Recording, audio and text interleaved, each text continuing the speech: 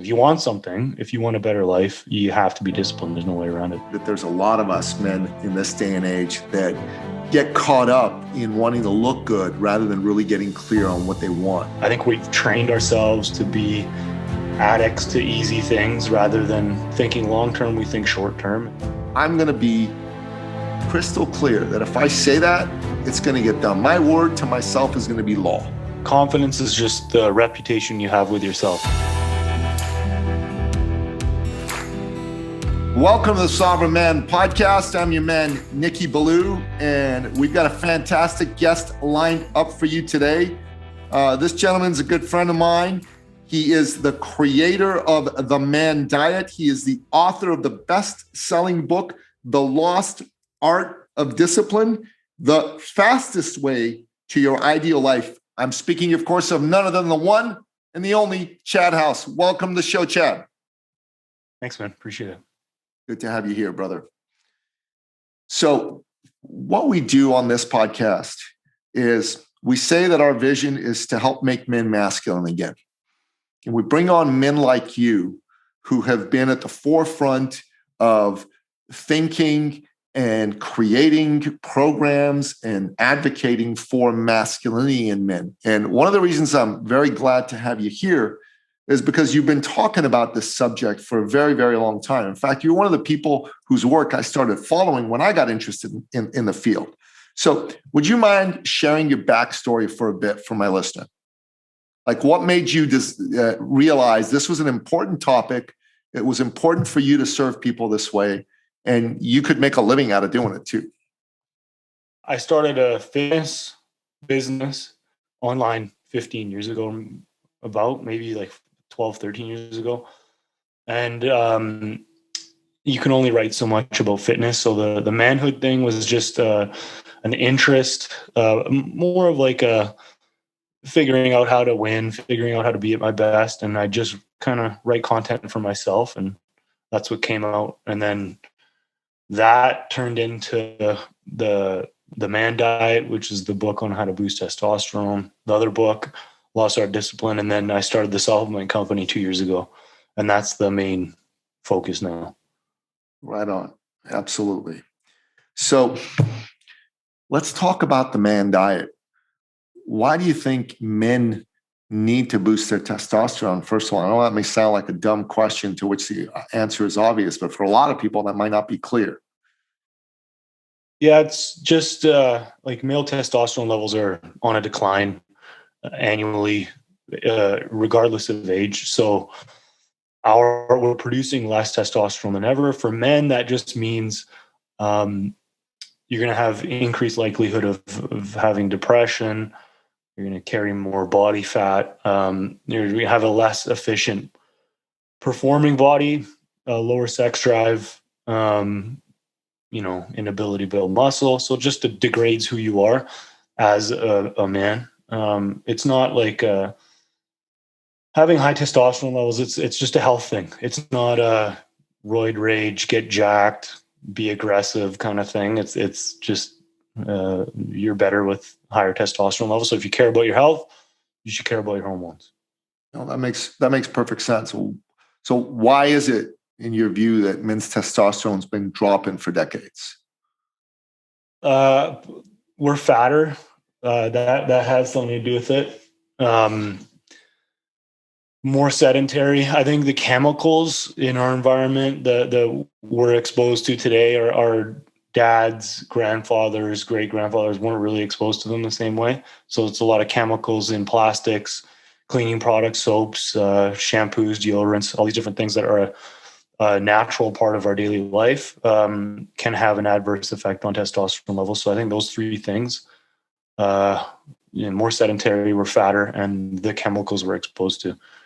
I think those are the main things, because the data says that we have lower testosterone levels than previous generation, and the previous generation has lower testosterone levels than the previous generation before them. So they're on a decline, and it seems to be that the chemicals that we're exposed to have an effect on that. Yeah. So the chemicals definitely have had an effect on people, but why do you think, in your opinion, men are less sedentary than they are, or more sedentary than they were? Why do you think that they're not as active? Why do you think they're allowing themselves to be fatter, as it were? I think it's just capitalism is an amazing thing, but with innovation, it's made our lives insanely easy. We can order food from our phone. We can watch TV from our phones. We can just sit on our asses all day. We can earn a living on our asses. We don't really have to do much. So I think it's just the natural progression of innovation. It just made life extremely easy, and men are just a part of society. So we go along with it.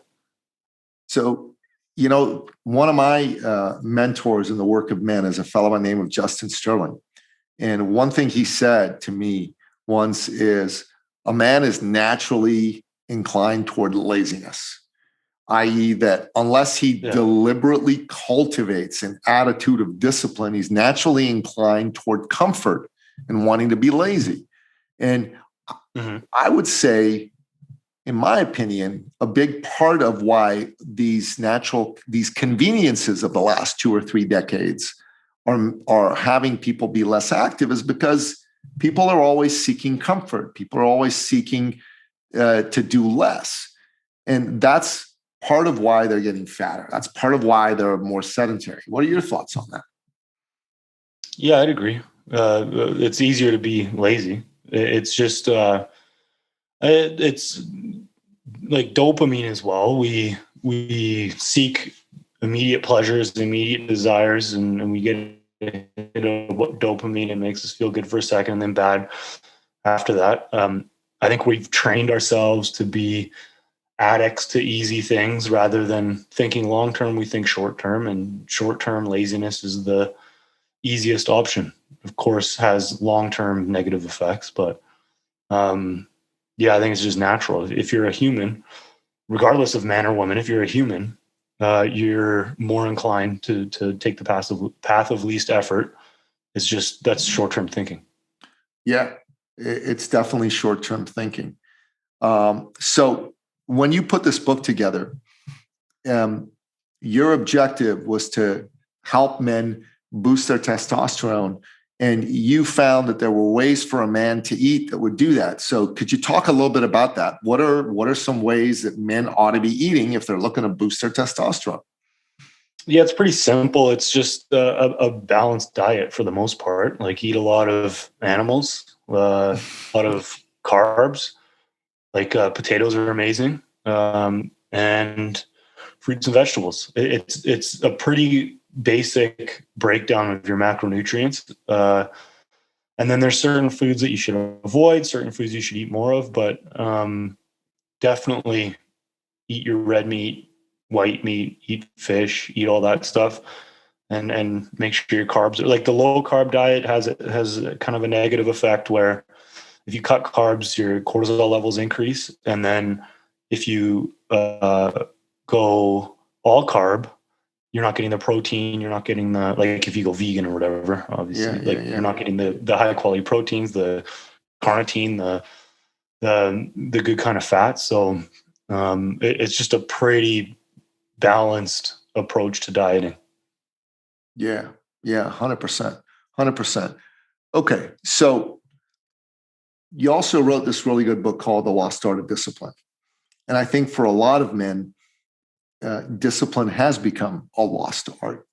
Talk a little bit about why you wrote that book, why it's important for men to embrace discipline as a way of life. I wrote that years ago. It was just, I pretty much everything I write for myself, trying to, figure things out. And that was me trying to figure out the discipline thing. And I put it in book form.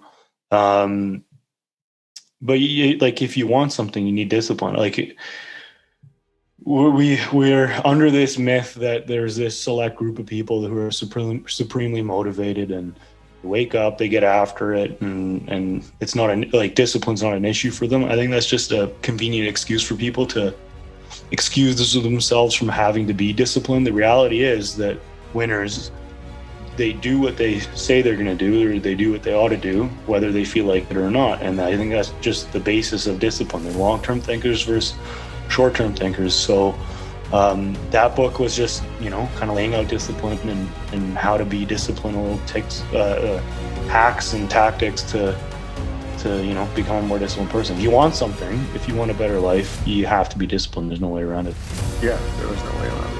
110%. Yet a lot of men these days are giving themselves an out when it comes to discipline. They say they want something, yet they don't do it. I was talking to a group of men yesterday. So I run a couple programs inside Sovereign Man for Men. And we have a program called Battle Ready. It's an initiation program for men getting involved in our movement. And I was talking to a couple of the men, and one of the men there said that he wanted to make more money and he wanted to make his bed every day, yet he hardly ever makes his bed. You know what I mean? And he put this down as one of 3 changes he wanted to make. So 2 of them he made, but the third one, which was making his bed, he didn't make. And I asked him, so why didn't you do it? And he hemmed and he hawed and he gave every excuse in the book.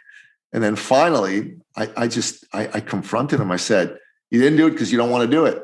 You think that you should do it.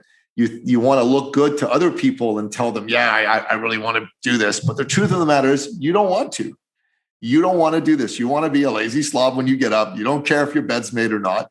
And that's a fact.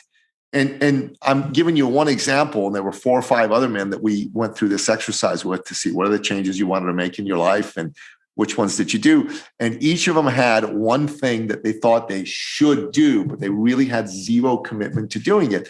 The things that they actually wanted to do, they got an action over them and they got them done. The things that they thought they should do, they didn't do anything about it. And they just kept feeling bad about it. You know what I mean? Mm-hmm. Yeah. So I wonder, what would you say to a man who's coming to you and is continuously saying that he wants to do something and he doesn't do it? I don't know. Like the bed example, it's just, the only reason why you're making your bed is because you want to be you want to take care of your shit in every aspect of your life, and the bed, cleaning your room, having a clean house, that kind of thing. That's just a foundation or a part of that. Like you got to understand the point of it. Maybe you don't understand the point of it. If it's just like something you read or something that's nice to do, you might not do it. But if it's a part of a bigger thing, like if you understand that excellence in making money, and excellence in keeping your house clean, they're tied together, then you might do it. But if someone doesn't want to do it, it's kind of hard to make them want to do it. That's on them. Yeah. Yeah, and that's true. If they don't want to do it, it totally is on them. Yeah. And then if they don't understand why they're going to do it, then they won't really want to do it. Yeah. They don't understand why they're going to do it. So tying it into your why is an important thing. I'd say that's the only thing that would get them to want to do it. Otherwise, it's just a task that has no meaning. I don't think, it's on them, but yeah, they got to figure it out. Yeah, 100%. They definitely got to figure it out. They got to figure out why they want to do it. And it strikes me that there's a lot of us men in this day and age that get caught up in wanting to look good rather than really getting clear on what they want. Part of the exercise that we ended up doing last night with our men was to have them be honest with themselves about what was really important to them and stop trying to look good for the world. There was another man in there who'd said he wanted to make 3 changes. He wanted to make a bunch more money. He wanted to work out more. And then he said he wanted to cut down on smoking weed. Okay. Myself, I don't smoke weed, don't get it, never have gotten it. But this man smokes weed. And so the first 2, he started making more money. He was working out more often. So he went from like twice a week to 5 times a week. All that was great. And I said, so you smoking less weed? He said, nah, really don't want to do that. I'm good with smoking the amount of weed that I want to smoke. And I laughed but I commended him for being honest with himself. That even though he said he wanted to do something, he realized that he really didn't.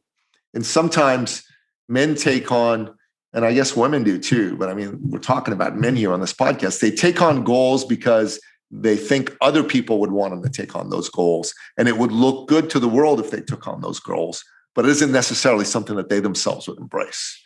And that was a powerful lesson. If it hurts, you get rid of it. Yeah. Yeah. If it hurts, you get rid of it. But if it doesn't, like I like glass of scotch, glass of wine at night kind of thing. And I like, it's maybe not the greatest thing, but a few times a week, it's all good. Yeah. If you like it, what the hell, right? I'm not trying to impress anyone. Yeah. Listen, as long as it doesn't hurt you. I like Kobe beef. Now it's fatty as all get out, right? I mean, but I really like Kobe beef. So the other day they were selling some Kobe beef at a store I like to go shop at, and I bought the beef. And as a result, I ate the beef. I definitely felt it after I ate it. I wouldn't want to have Kobe beef 5 days a week, but it was cool to have it the one day. It was fun. Mm-hmm. Anyways. So, Chad, one of the interesting things that got me into following your work was there was a time where you wrote an article on your website about John Wayne movies and what men could learn from John Wayne and John Wayne movies. Now, I'm a John Wayne fan. He's still my favorite actor of all time after all these years. But for a lot of younger men, they may not even know who John Wayne is. They may not even understand what he meant to the people that watched his movies. And I'm wondering if you would expand upon why you think it's important for men to watch John Wayne movies and what they could learn from watching those movies. Yeah, that was an old article. That was like 15 years ago, I think.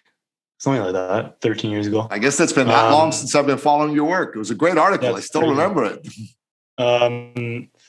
Those old country westerns are just simple. They're like, well, I can't remember one of the movies. It just kind of shows you how to be a man, take care of your shit, don't complain.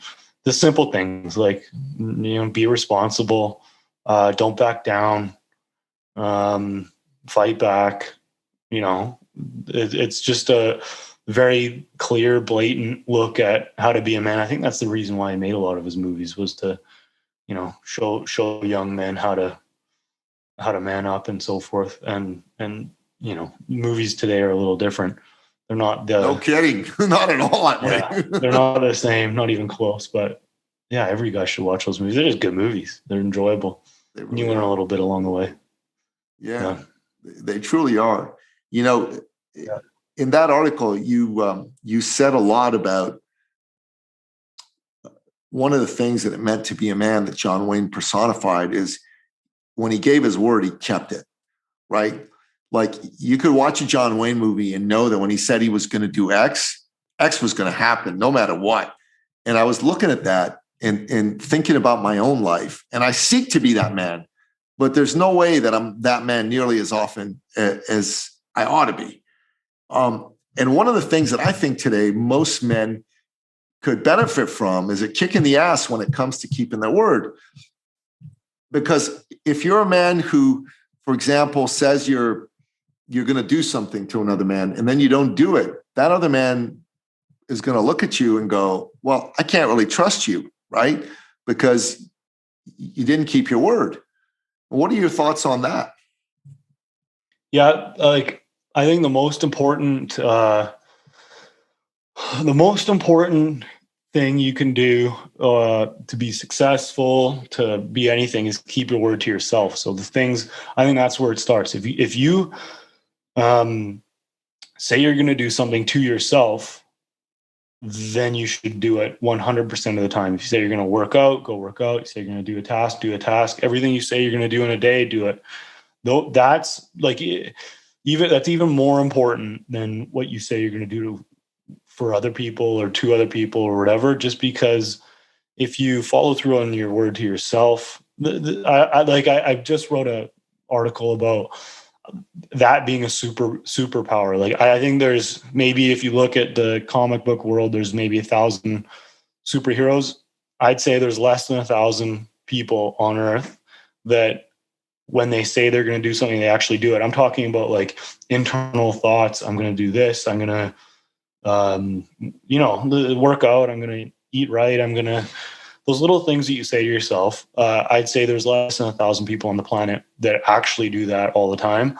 And those people are wildly successful. I think that's what sets mediocre men apart from like very good men. It's not ability, it's not anything, but very few people actually do what they say they're going to do, especially to themselves. So if you can get in the habit of doing that, you have more confidence. You're going to automatically follow through on things with other people. But I think that internal conversation is the most important. Yeah, that's a very good point. And here's what I've noticed about myself. I'm actually better at keeping my word to other people than I am to myself. I'm not willing to disappoint others, but I am willing to disappoint myself. And that's a very powerful point you're making. As a man, if I'm less willing to disappoint myself, then that's how I'm going to strengthen my own foundation of self-belief. Because every time I don't keep my word to myself, I lose a little bit of trust in myself. And over a period of time, my trust in myself isn't going to be very high at all. Yeah, confidence is just the reputation you have with yourself. So if you continually don't follow through on the things you say you're going to do to yourself, you're not going to believe that you can do anything. And you're going to have no evidence that you can do anything. But if you simply just do the things and start with a low barrier, and don't say you're going to do 100 push-ups every day, say you're going to do 1. And then 2, and then 5, and then before you know it, you're going to be doing 100. But start following through on those things. That's how you build confidence. That's how you achieve things. That's how you do everything. I really like the definition you just gave of confidence. Confidence is the reputation you have with yourself. That's powerful, man. Yeah, I think Naval Ravikant said that, I think. Naval Ravikant, eh? Cool. I never heard of that guy. Who is that guy? Yeah. He's founder of Angel List. He's a smart fella. Naval on Twitter. He's a smart fella. Naval? Yep. Naval. All right. I'm going to go check this dude out, man. But I got to tell you, I really like that. And you know what? One of the things I'm taking out of this conversation for myself, and I'm taking out of the work I'm doing on myself as a man, is how to be better at keeping my word to myself. Part of it is, one is there's a lot of dumb things. I shouldn't call them dumb, but there's a lot of little things I tell myself I'm going to do that I really don't have an intention of doing. You know what I mean? Like, You know what? I tell myself, yeah, I got a bunch of Amazon boxes in the house. And I tell myself, yeah, I'm going to throw this out. But you know what I got to do? I got a housekeeper. I'm going to tell my housekeeper, break down those Amazon boxes. Let's get rid of them. You know what I mean? Because I really have no intention of doing anything about it. Yet I tell myself I'm going to do it. So that kind of crap is going to go completely off my list.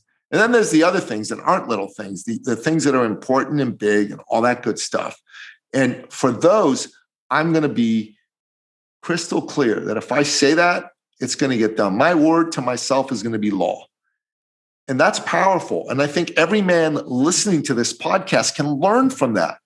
Because if every man listening to this podcast made a decision today that from now on, from this point forward, their word to themselves was going to be so much more important than their word to anything else or anyone else, I think the world would change. I think the level of masculine power in those men would change. I even say it, their level of testosterone will grow up naturally just from being that kind of man. Yeah, it's definitely a better way to live. It's the only way to live. Yeah. Powerful stuff, man. Powerful stuff.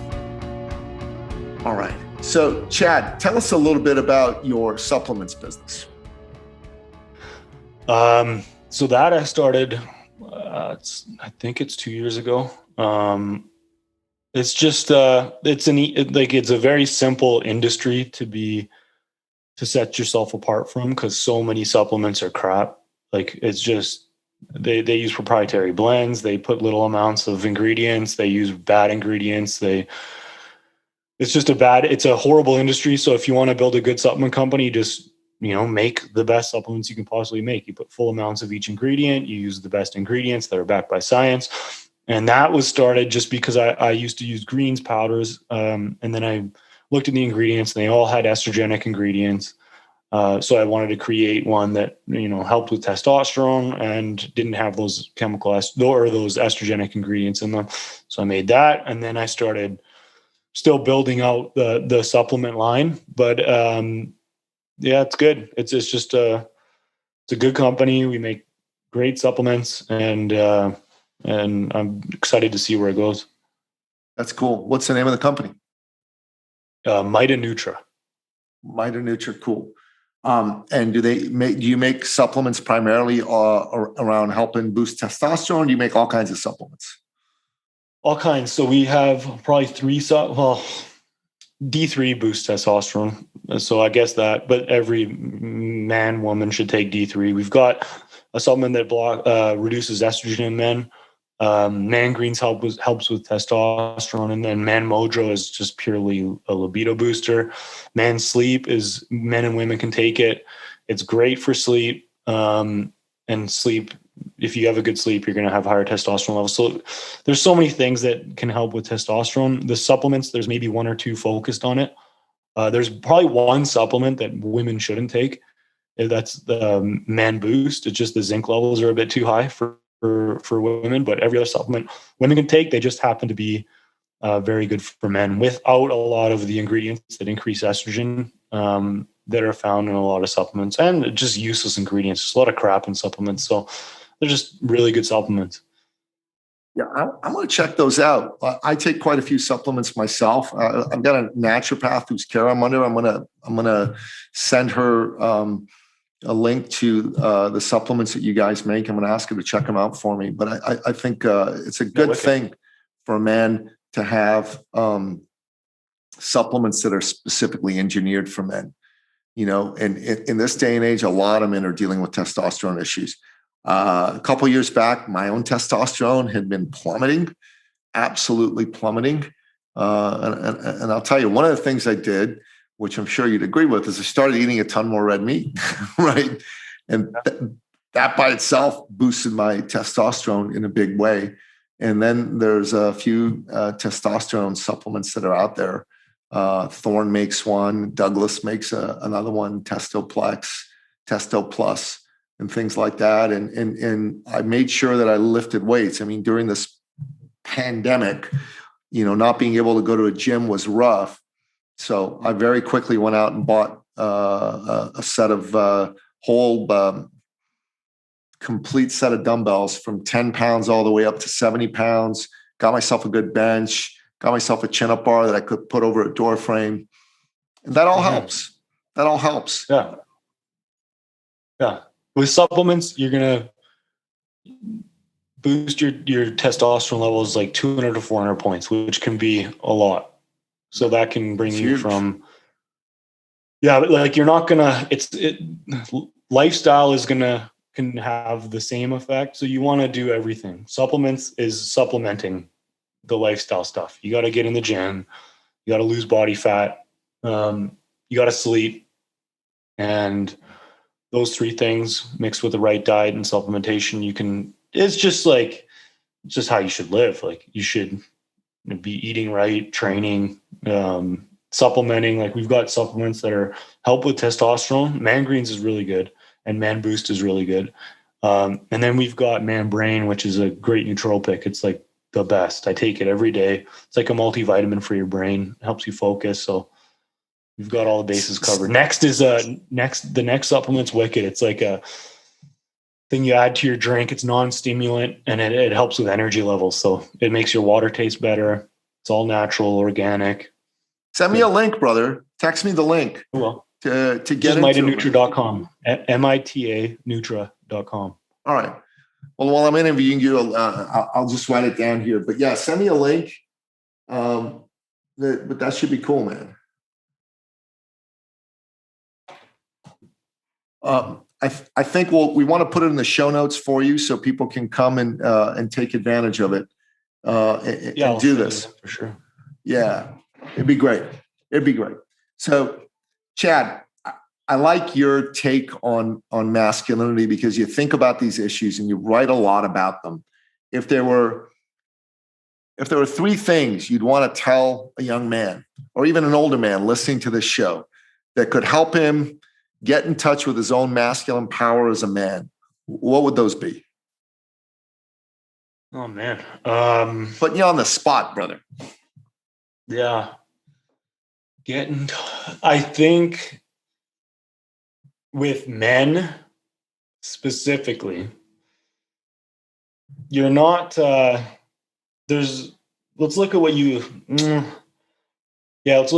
so it's easy to figure out what to do by figuring out what not to do. For baseline male characteristics, you can't be weak. So you got to be strong. You got to get in the gym. It's archaic. It's antiquated, but a weak man is a dangerous man in the wrong sense. A strong man is what you want to be. You can't be envious, jealous, gossip, all that stuff. Let the ladies do that. You've got to, that's just like the pure masculinity side, but then we're just trying to improve as men. Like a man, you can't just focus on being the best man you could possibly be, or being a real man, or being an alpha male. You got to win in life. That's the reality. Men are the breadwinners. We're the caretakers. People depend on us. So you've got to have that baseline masculinity of being strong, being aggressive against fears, not being envious, jealous, staying in your own lane. But then you've got to achieve things. You've got to, like we talked about, follow through on the things that you tell yourself, and you've got to have goals. You've got to have some drive and ambition. And I think that, like, when it comes to that, just following through on your word to yourself is pretty damn important. I don't think very many people do that. I like that quote. A weak man is a dangerous man. And I also like that you say that you should be strong, because there's a lot of men out there in the world of the working men who don't put a lot of emphasis on that. And I think that's critical. You're not a man if you're not physically strong. You got to be strong in everything. You got to be physically strong, emotionally strong, mentally strong, but physically rational. You have to be rational. Rational. You can't be an emotional mess. You've got to be rational. I think the best example is those sleazebags who always have friends that are girls. Like they can't get a girl based on merit. Yeah. So they slide into the friend zone, talk shit about the girl's boyfriend or whatever, and then try to pick up the pieces when everything falls to shit. That's what I think of with a weak man, is the friend zone guy. Yeah. Not the. So if your girlfriend, wife, whatever has male friends, those are likely sleazebags. They're wanting to get in there. Every guy does. It's just some guys do it off merit. Some guys are winning. Some guys are achieving things. That's what the thing with women that a lot of young men have to understand is you got to forget about them. Don't worry about like skills or pickup lines or anything like that. You just got to win in life, and they come along. Yeah, it's true. Yeah, the guy that's what women are programmed to want. If you look at what women want, they want someone. The average woman wants someone earning equal or more than them. Yeah, I think it's hypergamy, right? That's what they call it, right? Yeah, the average man doesn't care about earnings whatsoever. We're focused completely on other things. Looks is obviously probably number one. Character, and then is she gonna be a good mom? Good mom, can she cook? Can she cook? Like very important. Does she like cooking? Not only can she cook, but does she like cooking for you? Or even like if she sucks at cooking, does she show an interest in wanting to learn that? But we're focused on we want completely different things. So the guys that are focusing on that whole pickup, whatever, learn skills, it's not about that. It's about just winning in life, and they come along inevitably. And winning in life is getting in the best shape of your life, earning more, acquiring, understanding what it takes to earn, the skills you need to develop to earn, being honorable, being good, all those things. It's multifaceted. It's not just one area of your life that you're trying to win at. Being honorable is very powerful. And there was a man who came and we asked these questions in our group, right? And we asked men some pretty wild and rad questions. One of them is, what's the most diabolical, shitty thing you've ever done in your life, right? So men had to really reveal themselves. And I mean, take a risk. And so one of the men said, oh, I had a friend, he had a girl I wanted. So I convinced him that she wasn't good for him. And then I slid in there. And I thought, man, that's pretty fucked up, diabolical shit, man. That guy was your friend. How could you do that to him? He goes, yeah, I know. It's the worst thing I've ever done. I'm like, dude, that is messed up. That is completely messed up if you think about it. But he was 22 years old. He's young and dumb. He's done some stupid things. And then there's another dude, right? Who this dude came over and said, he'd agreed to come be part of an event all of us were going to be a part of. And then he came up and he said, well, I've decided I'm not going to be part of your event anymore. He said, well, there's this opportunity. I got to be part of something. I'm this guy. I've been wanting to be part of a business thing that he's done. I've been trying to meet him forever. I got to do it. This is going to be good for my business. And then he admitted that he'd said yes to us first. And he was blowing us off to take on this better offer. So I said, dude, that's completely dishonorable. That's total horseshit. You made a promise. You committed to this. And then all the other men around the table said, yeah, that totally lacks honor. And the guy sitting there, and he does this all the time, because how you do anything is how you do everything, right? That's something I got from T. Harv Eker. How you do anything is how you do everything. So if he's doing this here with us, he's doing it elsewhere. We hammered him. He still didn't change his mind. He still didn't end up keeping his word to us. So he still behaved dishonorably. But I like to think that, something out of that is going to be a lesson that's going to go in the back of his mind. Because if it's not, the next time he does this, the consequence to this is going to be even rougher on him, right? One of my mentors said that God teaches you lessons gently at first, but if you don't get it after a while, those lessons are not going to be gentle at all. They're going to be rough, and they're going to smack you around until you're broken and bleeding. And then you'll either get the lesson broken or bleeding, or you're going to die, So. Yeah, it's true. Yeah, it is. But what you're talking about over here, I think it's first-rate stuff. A man's got to be strong. A man's got to have honor, right? A man's got to avoid jealousy and envy and all that petty bullshit. And a man's got to set out to win in life. And if a man's doing all these things, then he's going to restore himself into masculinity. He's going to wake up the inner warrior and badass, and he's going to be able to live the kind of life that he wants to live. He's going to live life as the kind of man that he's always wanted to be. Good advice, Chad. So, brother, I've enjoyed this conversation.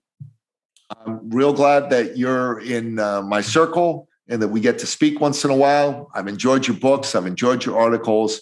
I'm going to be enjoying your supplements very shortly. We're going to make sure we put all that information in the show notes for you. And thanks very much for coming on the show, man, and sharing your wisdom with the men on the Sovereign Man podcast.